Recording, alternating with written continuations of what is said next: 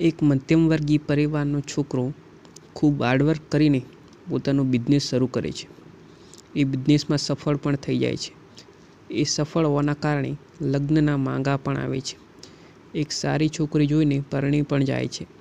સમય જતાં બાળકો પણ થાય છે. એટલા વર્ષ તો બધું સારું ચાલ્યું, પણ હમણાં થોડા દિવસોથી એ ઉદાસ રહેતો હતો. હસવાનું તો ભૂલી જ ગયો હોય એમ કહીએ તો પણ ચાલે. ઓફિસથી ઘરે આવ્યા બાદ કોઈ જોડે બોલવું નહીં, કોઈ જોડે હસવું નહીં, કોઈ પણ જાતની ચર્ચા સાવ બંધ જ થઈ ગઈ હતી. કશું ગમે નહીં એમ કહીએ તો ચાલે. ધીરજ રાખો, ચમત્કાર જરૂર થશે. પ્રેરક વાર્તા આગળ વાંચો. એક અઠવાડિયું પસાર થઈ ગયું તો પણ એના સ્વભાવમાં સુધારો આવ્યો હોય એવું લાગતું નહોતું. પછી મહા મહેનતે વાત જાણી કે એને ડિપ્રેશન છે, પણ શેનું એ કોઈને ખબર નથી. એવું લાગતું હતું કે પોતાના જીવનથી કંટાળી ગયો છે. આત્મહત્યાના વિચાર તો ઘણા આવે છે, પણ જ્યારે મરવા જાય ત્યારે પોતાનો પરિવાર યાદ આવતા અટકી જાય છે. પછી એની પત્ની એને એક સારા ડૉક્ટર પાસે લઈ જાય છે.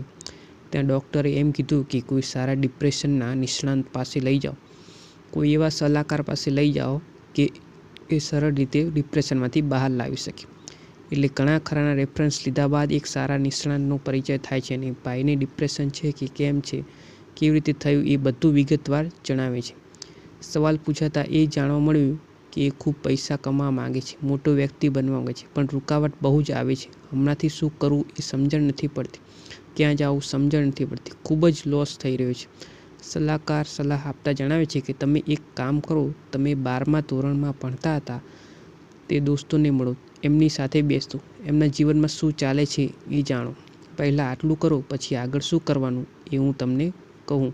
પહેલાં તમે તમારા શાળામાં ભણતા દોસ્તોને મળવા આવો. એટલે એ ભાઈ જ્યારે જૂની શાળામાં જાય છે ત્યારે પહેલાં જીવી ગયેલી યાદો તાજી થઈ જાય છે. એ બધું ભૂલીને બસ નાનપણના દિવસોમાં ખોવાઈ જાય છે. થોડી વાર તો ત્યાં જ બેસી જાય છે. જ્યારે શાળા છૂટી જાય છે ત્યારે પોતાના શિક્ષકોને મળે છે. બધા એને અભિનંદન કહે છે, એટલા માટે કે તેના દોસ્તો કદાચ જીવનમાં નામ અને શોહરતમાં ઘણો આગળ છે. શાળાની મુલાકાત લીધા બાદ બધા દોસ્તારોની મુલાકાત હેતુ વિચાર કરે છે કે સૌથી પહેલાં કોને મળવું. એટલે બધા દોસ્તારો નજીકના અને દૂરના દોસ્તનું લિસ્ટ બનાવે છે, એટલે થોડી આસાની રહે છે. માર્ગમાં જતાં પહેલાં કોનું ઘર પહેલાં આવે છે એને ખબર પડે છે. બધા દોસ્તોનું લિસ્ટ બનાવ્યા બાદ એમની મુલાકાત લીધા બાદ જાણવા મળ્યું કે 100માંથી 5% તો એવા નીકળ્યા કે જે મૃત્યુ પામ્યા હતા. એમના પરિવાર રખડી પડ્યા હતા. 10% એવા હતા જેમના અકસ્માતમાં હાથ અથવા પગ કપાઈ ગયા હતા. બિચારા લાચારીભર્યું જીવન જીવતા હતા. એવા હતા કે જે નાની મોટી બીમારીથી પીડાતા. 30% એવા છે કે જે મધ્યમવર્ગીય પરિવારમાંથી ભણીને નાની મોટી નોકરી કરતા હતા, જેમ તેમ કરીને પોતાનું પરિવારનું ગુજરાન ચલાવતા હતા. આટલા બધા મિત્રોને મળ્યા બાદ એવું મનમાં થયું, મારું જીવન તો આ બધા કરતાં સારું છે. હું શું કામ દુઃખી થવું અને હું શું કામ દુઃખી થવું જ પડે. મેં આટલી મહેનત કરીને આ મુકામે પહોંચ્યો છું, તો હું શું કરવા જઈ રહ્યો હતો? એક થોડો શું લોસ થયો? હું મરવા જઈ રહ્યો હતો, આપઘાત કરવા જઈ રહ્યો હતો. જ્યારે ભાઈ બીજી વાર પેલા સલાહકાર પાસે જાય છે ત્યારે એવું કહે છે, સર તમારો આભાર, હું તમારો આભાર માનું એટલો ઓછો છે. આજ તમારા કારણથી હું મોતના મુખમાંથી બહાર આવ્યો છું. તમે જ મને બીજું જીવન પ્રદાન કર્યું છે. પછી થોડી વાર બેસીને થોડી ચર્ચા વિચારણા કરીને ત્યાંથી વિદાય લે છે. બસ જીવન આ જ છે. એક થોડું દુઃખ શું આવી પડ્યું, આપણે તો પૂરા જ પડી ભાંગીએ છીએ. પહેલાં આપણે શું હતા અને હાલ શું છીએ એ જોઈ શકતા નથી. તમે એકવાર આંખો ખોલીને જુઓ, તમારું ગમ તો કશું જ નથી. બહાર જોઈ આવો, બહાર કેવા ગમમાં દુનિયા જીવી રહી છે. હું બસ અંતમાં એટલું જ કહીશ, જ્યારે પણ જીવનમાં પડતી આવે ત્યારે પાસ્ટ જોઈ લેવું.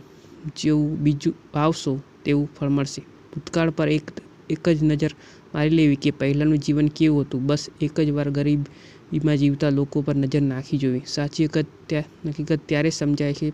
પહેરવા કપડાં નહીં, ખાવા રોટલી નહીં, રહેવા ઘર નહીં. વર્ષના એ લોકો 365 દિવસ શિયાળો, ઉનાળો અને ચોમાસું ખુલ્લા આકાશ નીચે જ પસાર કરી દે છે. છતાં એ લોકો સ્મિત સાથે જીવે છે, હસતા મુખે જીવન પસાર કરે છે અને કોઈ ફરિયાદ કરતા નથી. ભગવાનને એટલું જ કહે છે, એ લોકો, હે ભગવાન તારો આભાર, તે અમને મનુષ્ય અવતાર આપ્યો. હે ભગવાન તારો આભાર, અમને કોઈ પણ જાતની બીમારી નથી. તું સ્વીકાર કરે તો એક વિનંતી છે, અમારી બસ તું અમને ભૂખ ના લાગે એવી કોઈ ઔષધિ આપી દે, એટલે અમારે કોઈ જોડે હાથ ના લંબાવવા પડે. Thank you.